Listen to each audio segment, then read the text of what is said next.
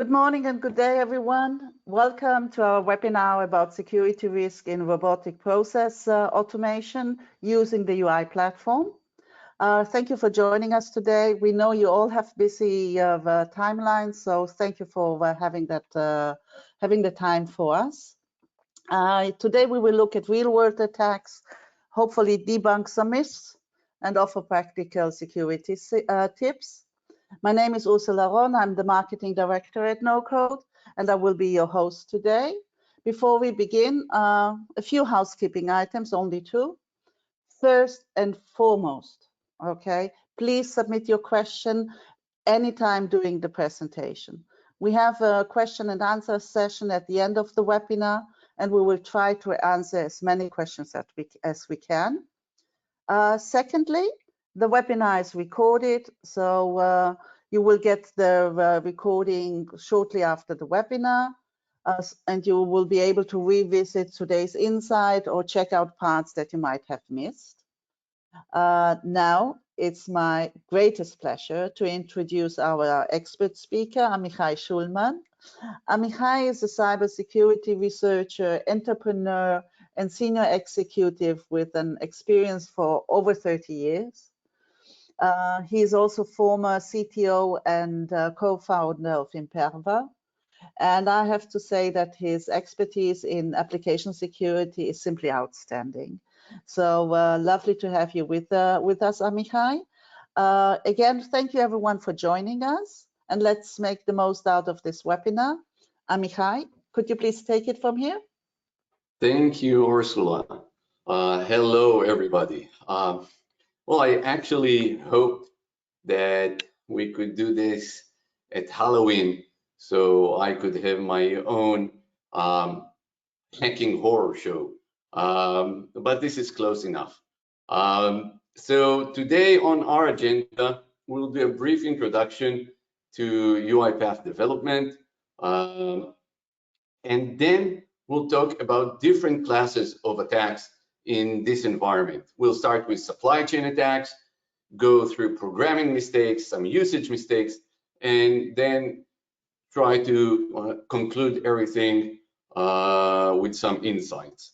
We'll have a brief word about how we at NoCode can help you with these issues, and then go to our Q&A session. So without further ado, let's begin. So UiPath. UiPath is a platform that basically allows organizations to exercise business automations at large scale. Through the UiPath Automation Cloud, the business software engineers quickly create and deploy robotic process automations, RPAs, of different types. It provides a drag and drop experience that allows you to create these automations without having too much of a coding experience. The environment is comprised of various components. One of them is the studio that allows you to develop the RPAs. Then there's the orchestrator, which is used for deploying and managing the RPAs.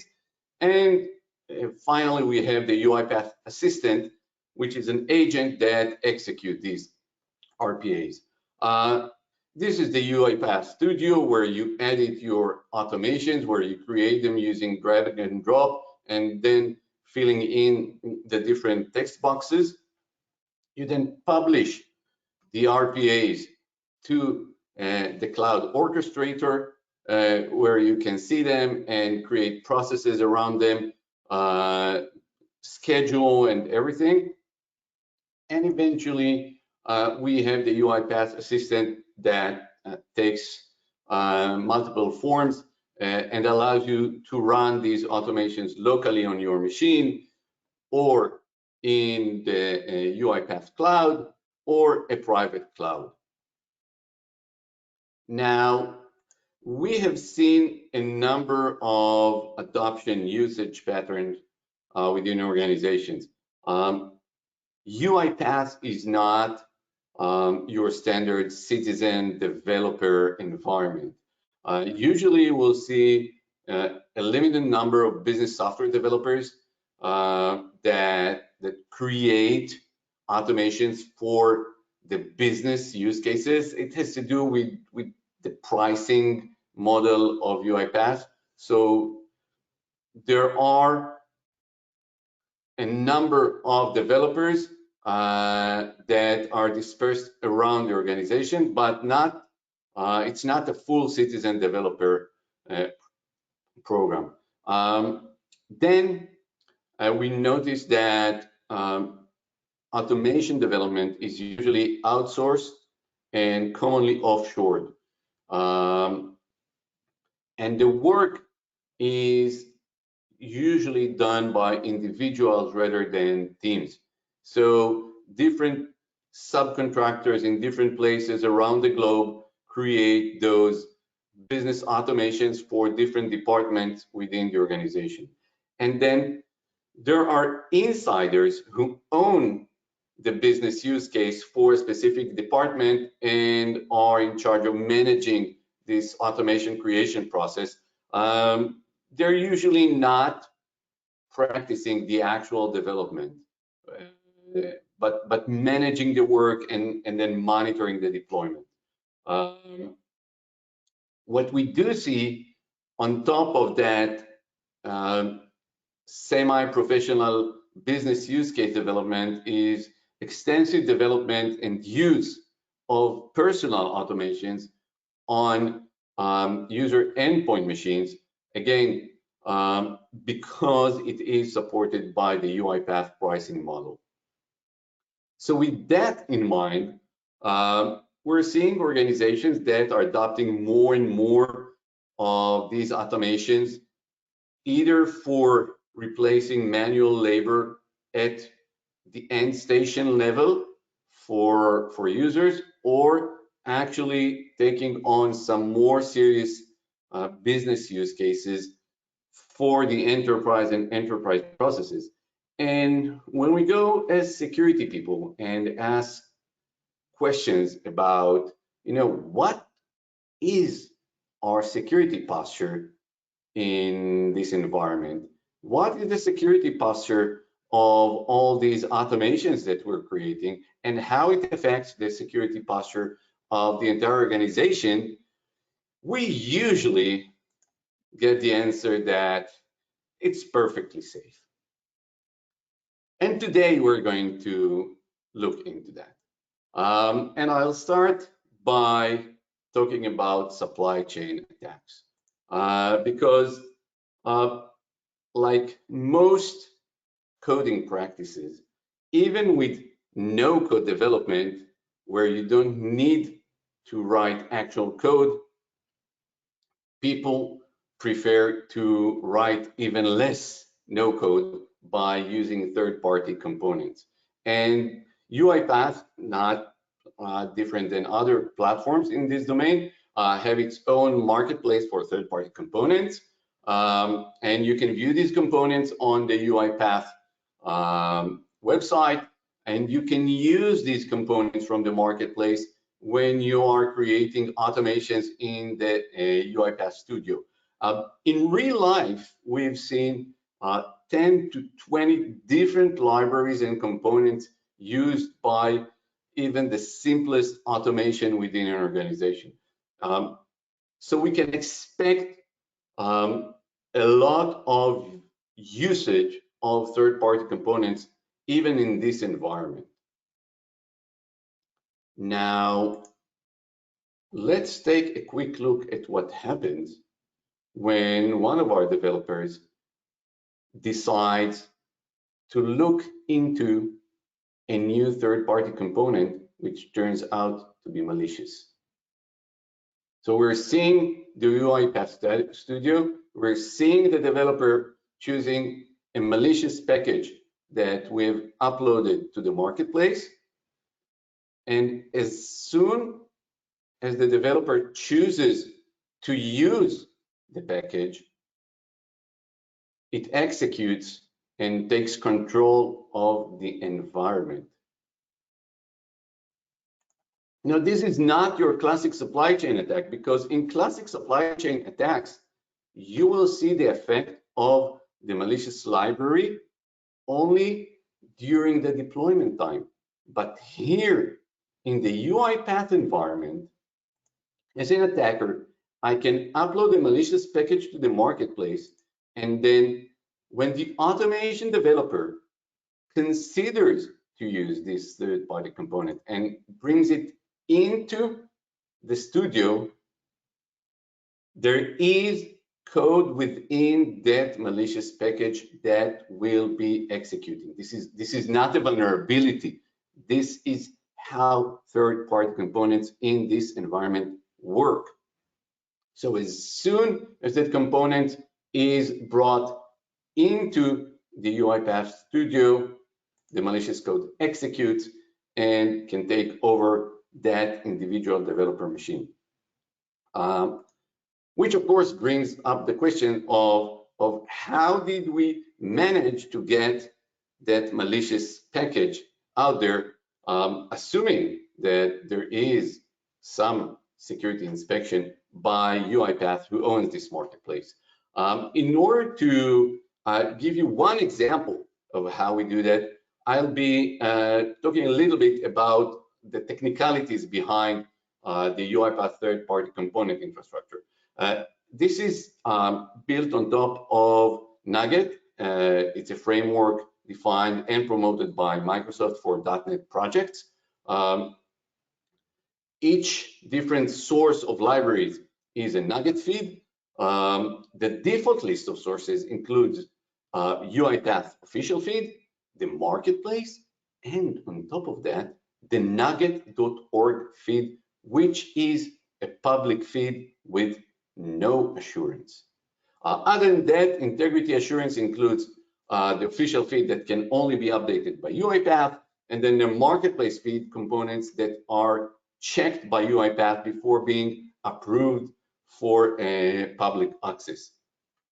Bear in mind that in this environment, dependency resolution happens just before each execution, and we'll talk about it in a second. So what I'm going to do is I am going to use a dependency confusion attack.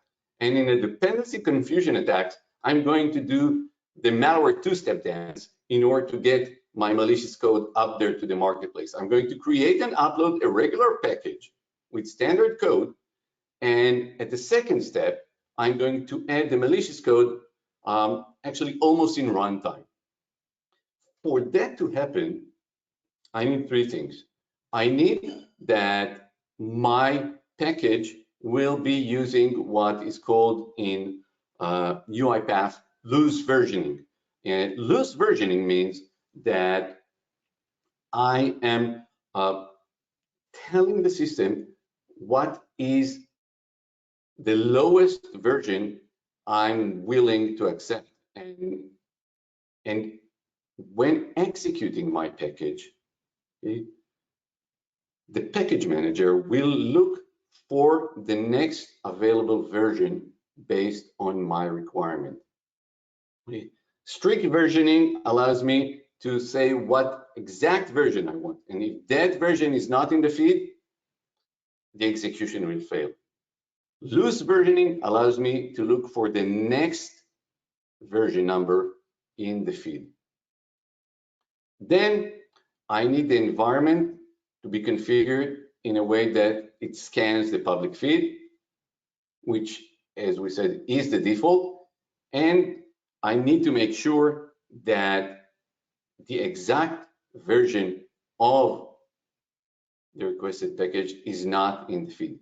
Now, since I'm an attacker creating the package, I can make sure that all of these happen. So in my attack, I'm creating my package, and that package has a single dependency, and I am intentionally using loose versioning here. So I'm requesting version 2.0.1 of that dependency. I'm adding that dependency to the public feed, NuGet.org, and I'm uploading, let's say, version 2.0.8, which is higher. And so in runtime, this is the version that will be used. I'm submitting this package, the Fibonacci package, for approval by UiPath Marketplace staff, and it will, of course, be approved. Then I go to my NuGet feed, nuget.org, and I will upload a new version, or should I say an older version, to the feed. I'm uploading version 2.0.7. I'm allowed to do that. And you will see that it is now the best fit version for my requested dependency. So I now have a malicious code in the public feed. And of course, when the automation developer now picks up my package from the marketplace, inserts it to the studio, tries to do something with it, in the dependency resolution process, my Fibonacci will request the next best version, which now is a malicious package. Notice that this is going to affect not only new users of the package, but also all existing deployments, because dependency resolution happens every time a package is executed. So by now, I think we all know what is going to happen when I try to use the new package.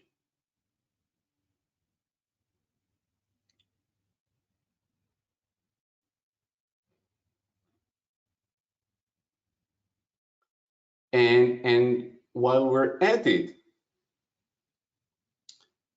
notice that I have intentionally included loose versioning in my package, and I have intentionally made sure that the exact version does not exist in the feed. But this could be possible with standard packages as well. So even using standard packages, if not defined correctly and used correctly, could lead to a dependency confusion attack. And actually, we did a survey of all packages in the UiPath marketplace, and we found that 20 of them are potentially vulnerable to dependency confusion attacks. 4 were actually exploitable. So far, we have blamed our vulnerabilities on third-party components, and maybe the choices we've made when relying on them, but these are third parties. Now let's take a look at our own programming mistakes. Say what? Programming mistakes? No code, so no vulnerabilities. Well, if we go back to standard programming, then studies which are not very accurate suggest that there will be almost 25 bugs per 1,000 lines of code. It could be as few as 1 per 1,000 if the code is well tested. Now, if we assume that a single UiPath activity equals 1 line of code, then for a modest 100K activity deployment, which is not a very big UiPath estate, we're talking about 50 automations, maybe a little bit more than that, and you get to 100K activities. In an environment, you will get 2,500 bugs. And after testing, you'll get 100. Those 100 are biased towards security, because in most of these environments, there is no security testing. And in that case, question is, do you feel lucky? Let's take one simple use case where we have a Google form that we've created. Google Forms store the data to an Excel spreadsheet.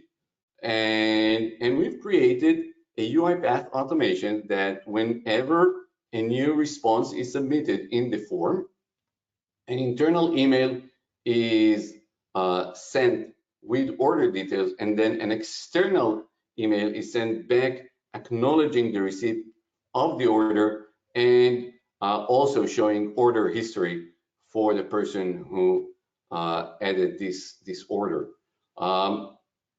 Now, let's take a look at how things should work. So we have a user and he's putting the name and email, asking for a specific product, and submits the form. We'll see now the response email that acknowledges the order and shows the order detail history.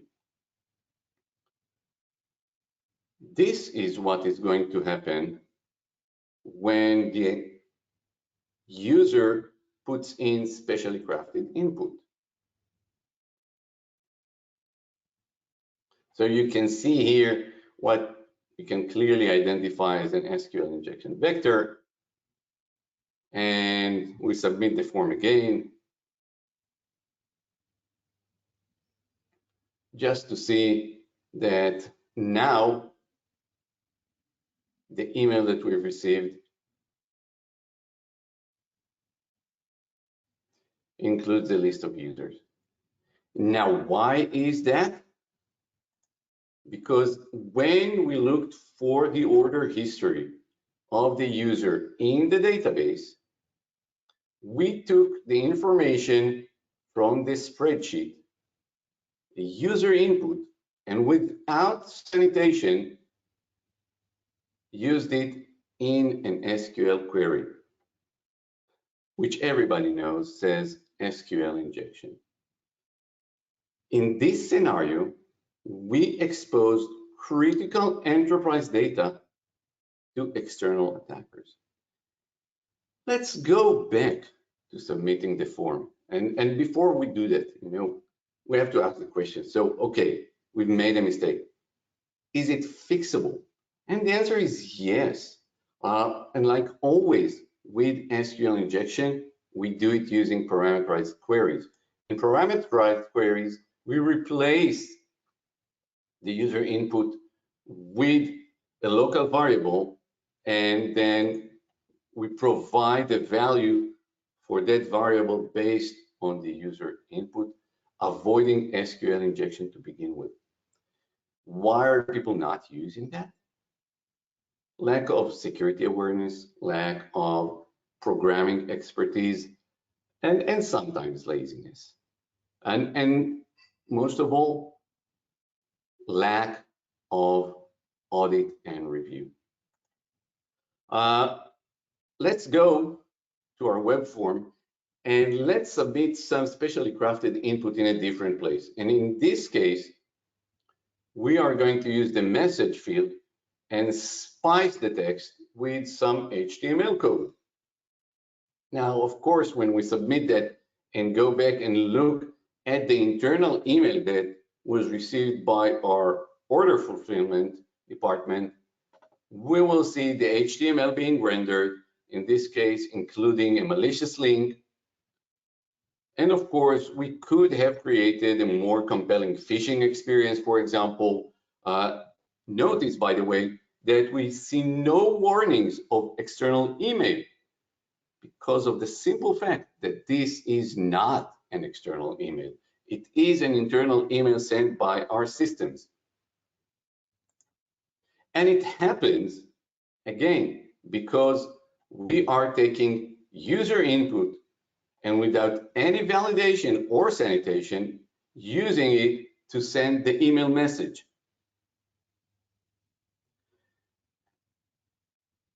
We're now exposing enterprise users to external attackers. Can we fix that? Yes, we can. All we need to do is use a built-in sanitation function of UiPath. It's that easy.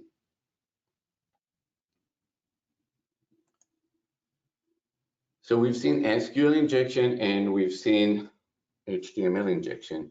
How about command line injection? Let's take a look at this interesting flow in which a local user wants to clean up their mailbox. And in this case, I have a flow that whenever there's an email that has a lot of attachments in it, then the automation takes all the attachments and creates a local compressed archive. See what is happening when I get this very interesting email with lots of attachments, and one of them has a very strange name. You can see that the name of the attachment includes specially crafted input, not the content. And when I go now and locally run this automation, which is very common, it even appears as one of the examples in the UiPath marketplace, then arbitrary code can be executed on my machine. And it happens because, again, I'm using the start process activity of UiPath, and I'm using it to execute the CMD command line with parameters that are affected by unsanitized user input. So I'm exposing end stations to external attackers. Is it fixable? Yeah. We just need to use the right type of activity. In this case, invoke PowerShell, which receives the command line as parameters that cannot be interpreted as commands. So far, we've talked about vulnerabilities, something that shouldn't have happened. Sometimes we face with simple usage mistakes. So people doing things they should not have been doing. And I think the classic example here is when we have people using the share file activity, and it doesn't matter whether it's from Google Drive or OneDrive or Dropbox or any of these storage systems. They all have a share file activity that allows you to share the file to anyone. Why? Sometimes it's convenience. Sometimes people don't understand the full meaning of it.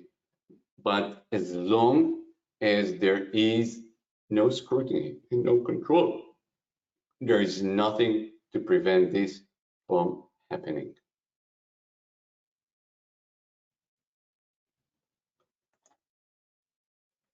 So, what have we seen so far?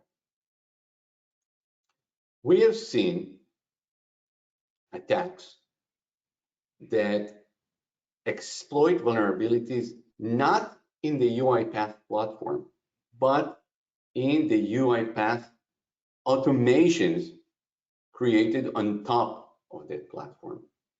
And we have seen that these attacks affect many areas of our enterprise. They affect the developer workstation. They affect the execution environments. They affect corporate data, users, and user workstation. So almost every part of our organization is exposed through these attacks. And we've seen that we have an external attack surface that is comprised of web forms, emails, the developers themselves. And when you couple that with critical corporate data, and that could be OneDrive or SharePoint or Google Drive or a SQL database, and you have no security testing, you'll end up with no job. So what do we do? Well, there's a way to remediate everything. And in theory, we need to track the creation of new business software and all the changes to existing one. We need to review the flows for development mistakes. We need to review the environment for usage mistakes. We need to fix those mistakes and then validate those fixes.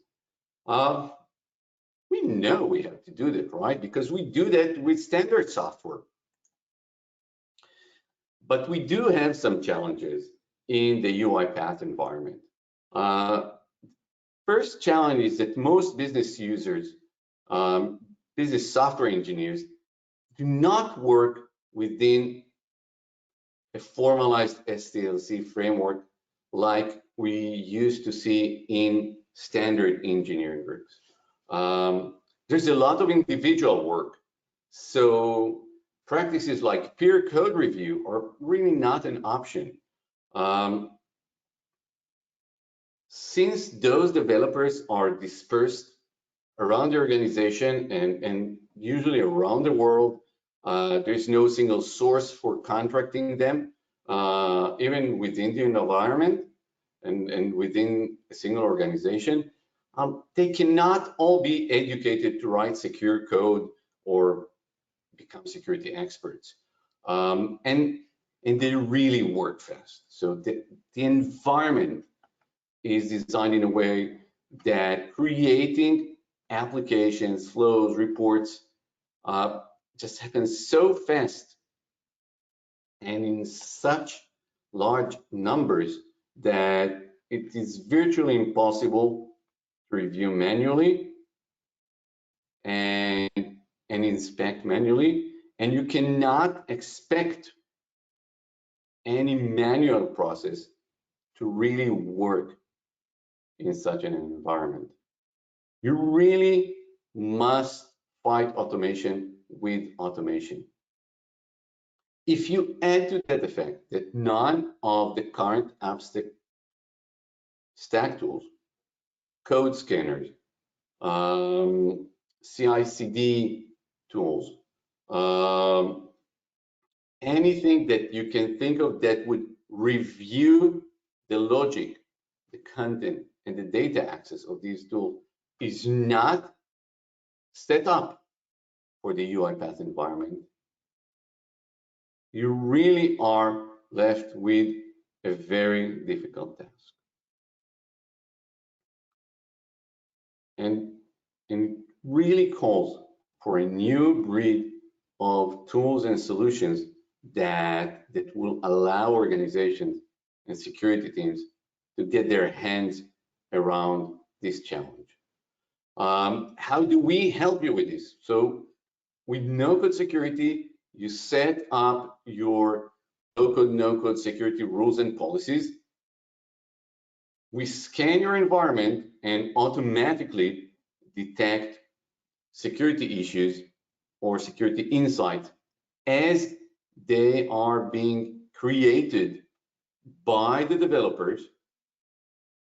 We communicate this to developers almost in real time, and we provide them enough information and assistance to fix it without the intervention of the security team, which is left to monitor the process and handle escalations.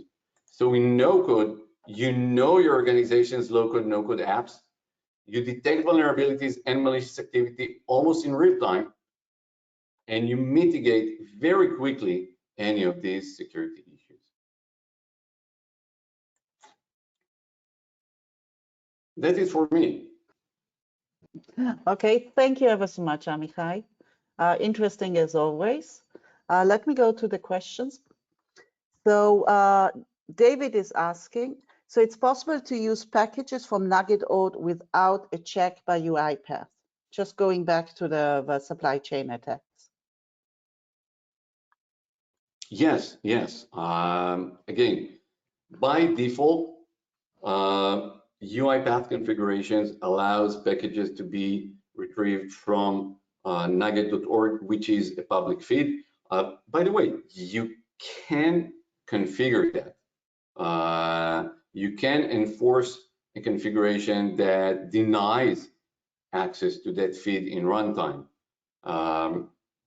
But again, you need to make sure that each and every UiPath assistant is configured in the right way.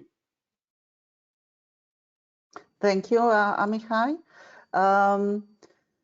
Frank is asking, they are using UiPath automation ops and the runtime analyzer. So the question is, do they need anything else? What do they have to take care of? Are they good? So they are very good. They are very good, and that's a good governance step. Really allows you to control a lot of your development process. However, the analyzer itself is not looking for security issues per se. Things like I've shown HTML injection, SQL injection, all these types of injections are not covered. It's not looking for the mistakes I've shown you about creating shared links. So there's a lot in terms of code hygiene that happens within the checker. The automation ops allows you to enforce that. It allows you to define proper configuration of your feeds in terms of which feeds to use.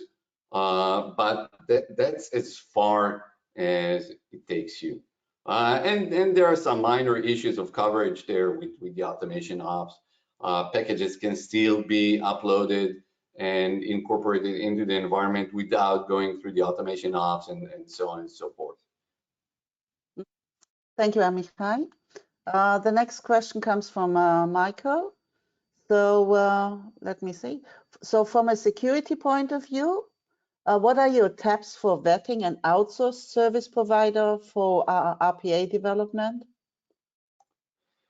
I think asking the simple question, what do you do about security? And if the answer is the platform takes care of it, this is not the right contractor for you. I can imagine some other answers that they are giving, like, oh, these are all internal automations, don't worry. You know, all that kind of stuff that we sometimes hear. Now, I don't think that you can expect them to solve your security issues, but if they are oblivious to their existence, then they're not the right contractor for you. Thank you. So my thanks to Kevin, because he gave us kudos on the attack surface assessment tool for the Power Platform, which we recently released. And he's asking if we plan also to do something for UiPath, something similar. We are considering doing that. We're waiting to see the tractions that we get with the Power Platform tool.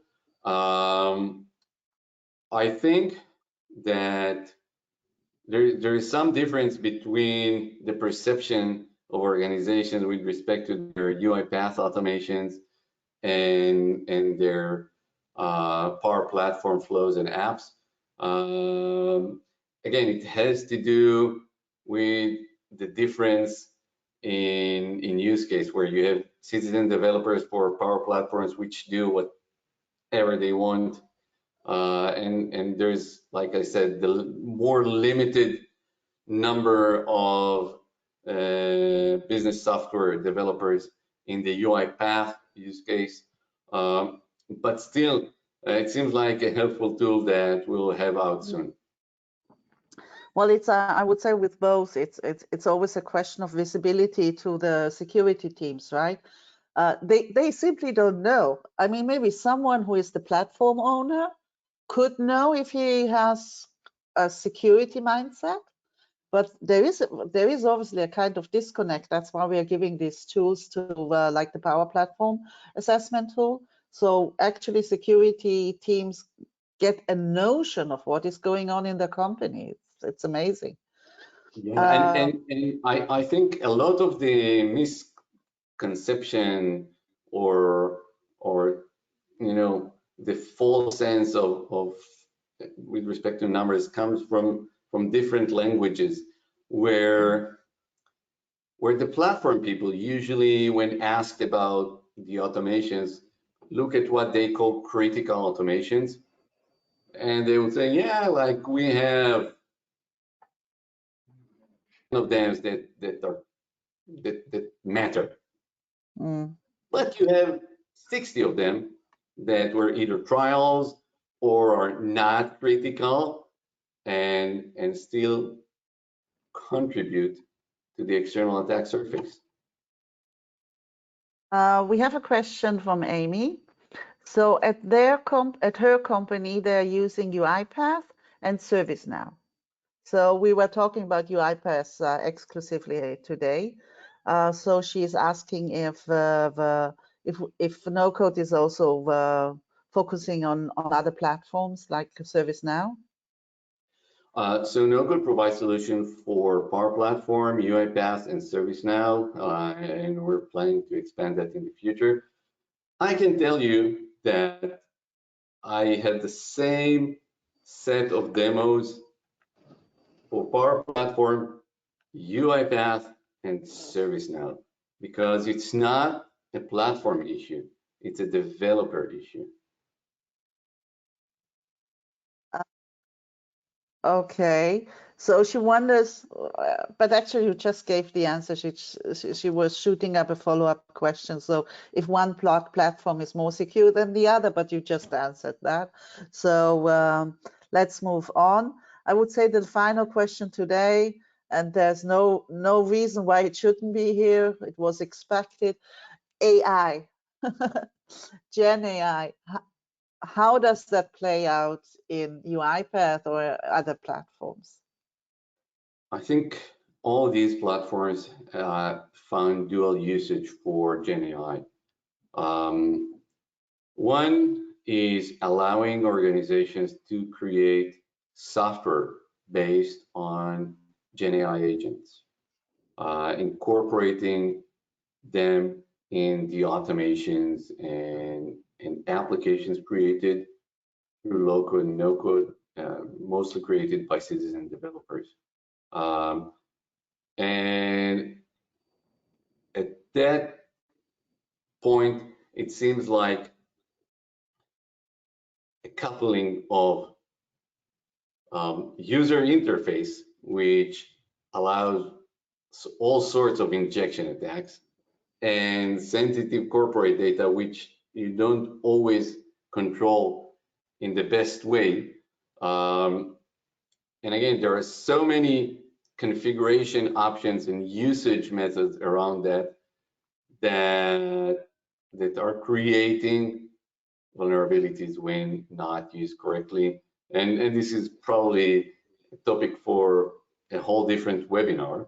The other thing which actually accelerates the adoption of low-code and no-code in organizations is that all these platforms gradually allow their developers to create new apps, automations, and software through Gen AI agents. So I'm describing what I want to do, and suddenly there is this UiPath automation or Power Apps Flow or app that supposedly does that for me,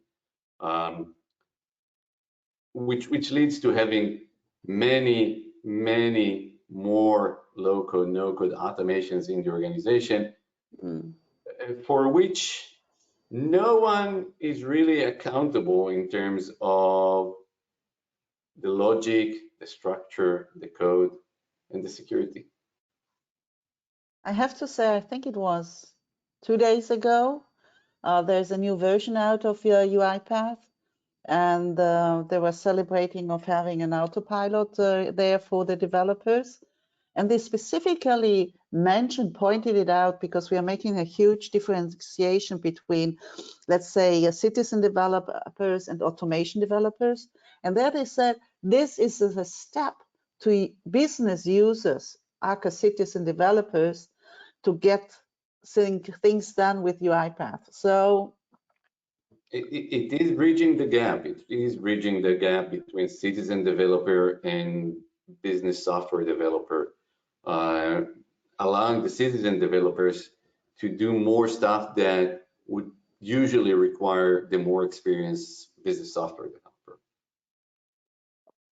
We are at the end, so I just wanted to point out we are here for you, so you can reach out to us. I will share the email addresses also in the email when sending the video. It was our pleasure.